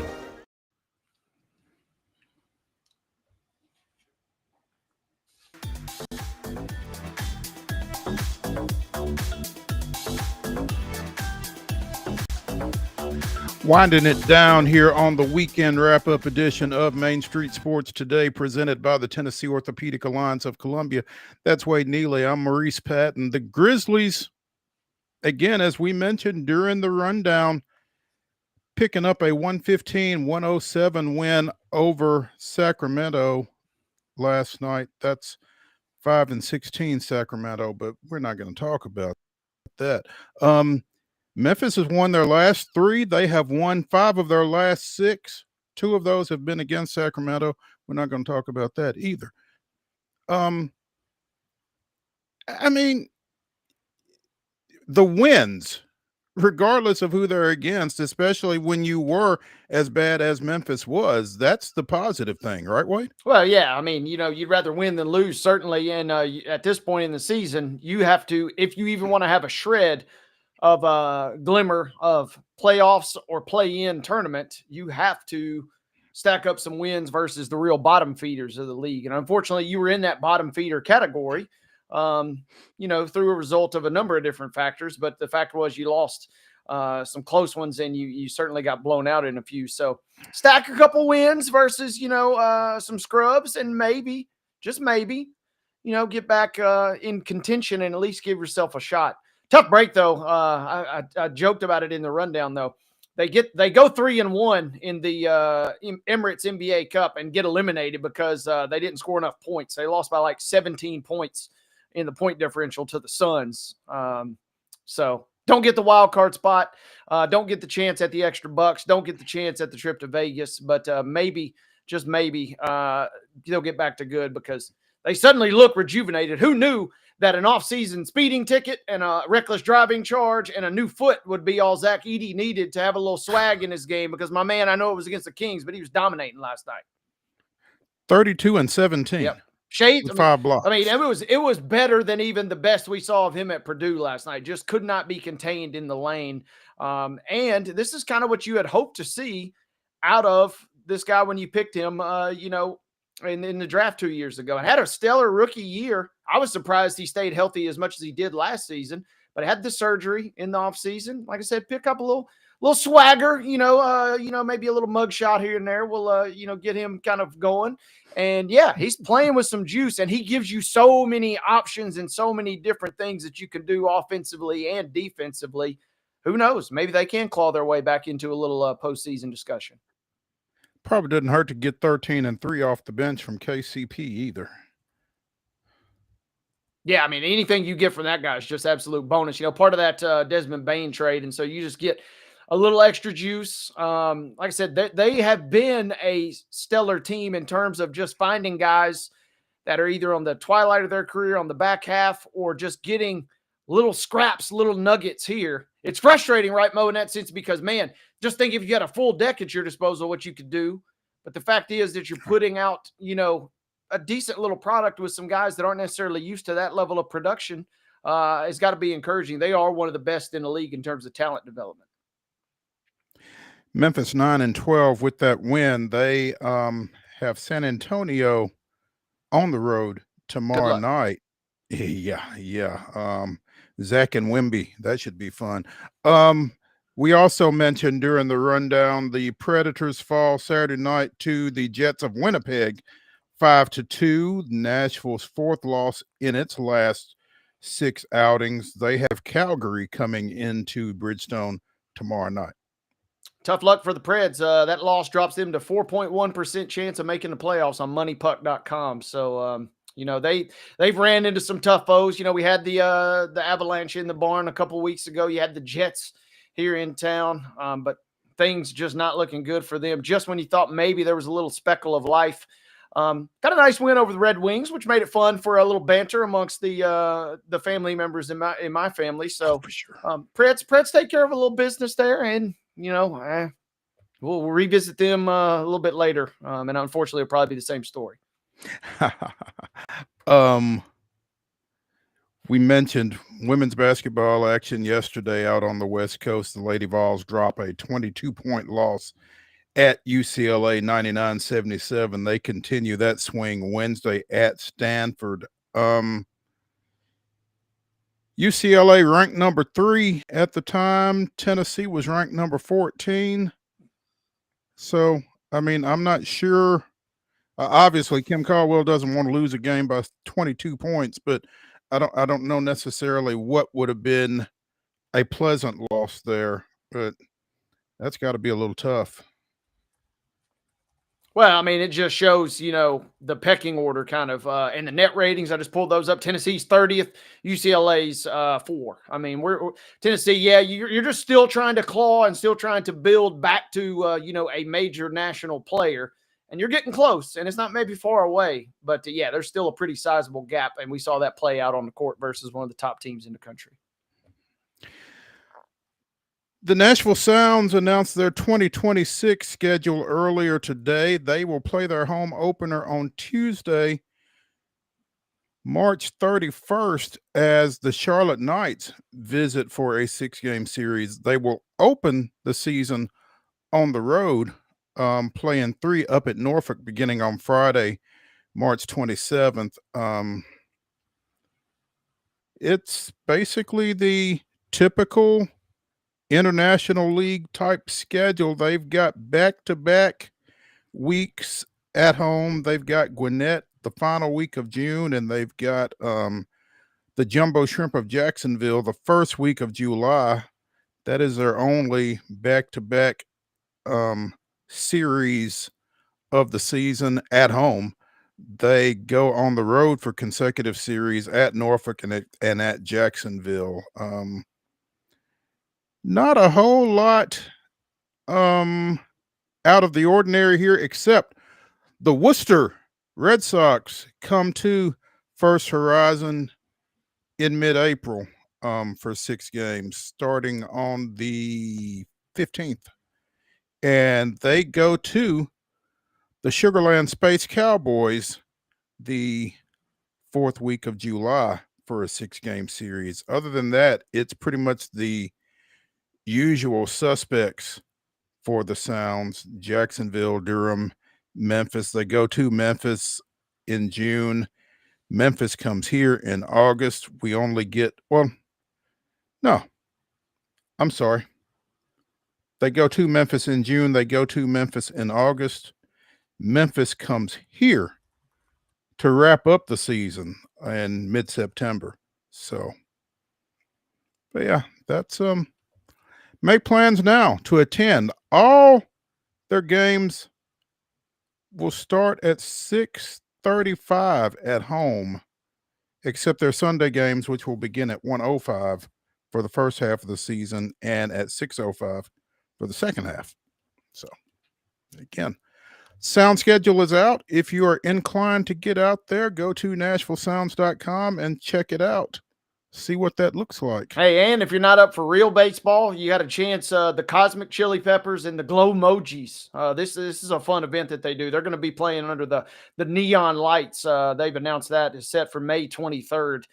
You got to get in the lottery, kind of like the bananas, right? You got to get in the lottery and try and win tickets, but they do have a link on their site that you could do that as well. So chance, if you're not up for the real deal grind of minor league baseball, chance for a little extra juice in May there. Also, as we mentioned, NASCAR versus Michael Jordan is how it's being pitched. 2311 and Front Row Motorsports challenging NASCAR's monopolistic activities in terms of awarding charters to teams is in court in Charlotte today. Today was the first day. The trial is expected to go for about 2 weeks. Already, the judge in charge of the case has said, yeah, it's a monopoly. The question is just how harmful has said monopoly been to different teams across the sport. So, AP story. Allegations have exposed salacious personal communications, NASCAR's finances, and a deep contempt between some of the top executives in the sport and its participants. It'd be a lot of fun. May you miss 100% of the shots you don't take. Good luck, MJ. From Heather Williams. This will be interesting. That's going to do it. The edition of Main Street Sports Today, presented by the Tennessee Orthopedic Alliance of Columbia. Be sure and join us tomorrow. It'll be Wade and David Wilson back here with you at 2 o'clock for 2 hours talking local, regional, and national sports. They will see you then. Have a great Monday evening.